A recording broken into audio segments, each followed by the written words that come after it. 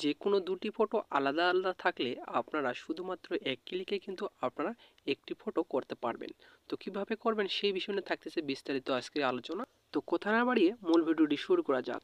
যে ফটো যদি আপনি অ্যাডজাস্ট করবেন সেই ফটো যদি আপনাদেরকে ব্যাকগ্রাউন্ড রিমুভ করে নিতে হবে। এই জন্য আপনারা কী করবেন, সরাসরি আপনাদের ফোন থেকে ক্রোম ব্রাউজারটি ওপেন করে নেবেন। এরপরে সার্চ বক্সে লিখবেন ব্যাকগ্রাউন্ড রিমুভ।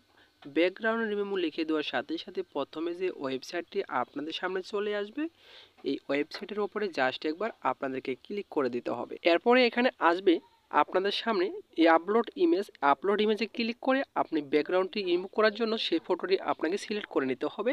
সিলেক্ট করার সাথে সাথে আপনার কিন্তু ব্যাকগ্রাউন্ডটি রিমুভ হয়ে যাবে। এরপরে নিচে দেখতে পারবেন আপনারা ডাউনলোড অপশন রয়েছে, এই ডাউনলোড অপশনে ক্লিক করে আপনারা ডাউনলোড করে গ্যালারিতে নিতে পারবেন। এভাবে দুটি ফটো আপনারা কিন্তু ব্যাকগ্রাউন্ড রিমুভ করে নেবেন। ভিডিওটি শেখার জন্য সম্পূর্ণ ভিডিওটি দেখতে হবে। এরপরে বেগে আসবেন, বেগে আসার পরে পিক্সেল অ্যাপটি আপনারা ওপেন করে নেবেন। ওপেন করার পর এখানে টেক্সট চলে আসবে, এই টেক্সটটি আপনারা এখান থেকে ডিলিট করে দেবেন। ডিলিট করার পর উপরে দেখবেন থ্রি ডট চিহ্নটি, এখানে থ্রি ডট চিহ্নটির ওপরে ক্লিক করে এখানে আপনারা সাইজটি সিলেক্ট করে নেবেন। তারপরে এখান থেকে আপনারা প্লাস আইকনে ক্লিক করবেন। তারপরে ফরম গ্যালারি রয়েছে, এই ফরম গ্যালারির ওপরে জাস্ট একবার আপনাদের ক্লিক করতে হবে। ক্লিক করার পর যে ব্যাকগ্রাউন্ডের ফটো রিমুভ করেছেন সেই ফটোগুলো আপনারা এখান থেকে একটি একটি করে সিলেক্ট করে নেবেন। তো এখান থেকে আমি সিলেক্ট করে নিচ্ছি। সিলেক্ট করে নেওয়ার পরে আপনারা এখানে ভালোভাবে বসিয়ে নেবেন। বসানো হয়ে গেলে আপনারা কি করবেন, আবারও আপনারা ওই প্লাস আইকনে রয়েছে কর্নারে, এই প্লাস আইকনে আবার ক্লিক করে ফরম গ্যালারিতে ক্লিক করে দ্বিতীয় পিকটি রয়েছে সেই দ্বিতীয় পিকটি আপনাকে সিলেক্ট করে নিতে হবে।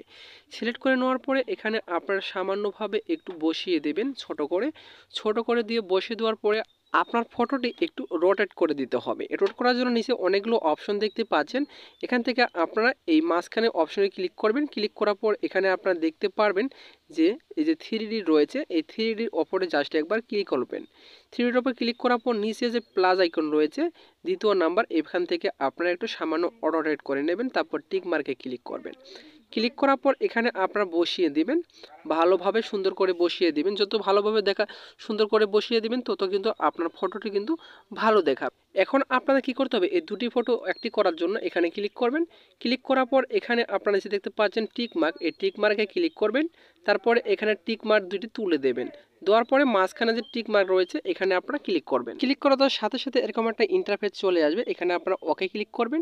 ওকেতে ক্লিক করেই কিন্তু আপনার দুটি ফটো কিন্তু এখানে অ্যাক্টিভ হয়ে যাবে। ঠিক আছে, এখন আপনাদেরকে ব্যাকগ্রাউন্ড অ্যাড করতে হবে। এজন্য আপনার থ্রি ডটে ক্লিক করবেন। থ্রি ডটে ক্লিক করার পর এখানে দেখতে পাচ্ছেন ইউজ ইমেজ ফরম গ্যালারি রয়েছে, এখানে আপনারা ক্লিক করবেন।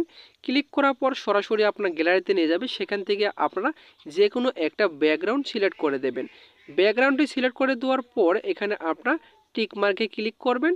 টিক মার্কে ক্লিক করে দেওয়ার সাথে সাথে আপনার ফটোর কিন্তু পিছনে ব্যাকগ্রাউন্ড কিন্তু এখানে অ্যাড হয়ে যাবে। এখন যদি আপনি ফটোটি গ্যালারিতে নিতে চান তাহলে আপনার কি করতে হবে, উপরে ক্লিক করতে হবে। ক্লিক করার পর নিচে সেভে ক্লিক করে এখানে সেভ টু গ্যালারিতে ক্লিক করে আপনারা সেভ করে গ্যালারিতে নিতে পারবেন। তো মূলত এই ছিল আজকের ভিডিওটি যদি আপনাদের ভালো লেগে থাকে অবশ্যই পাশে থাকবেন।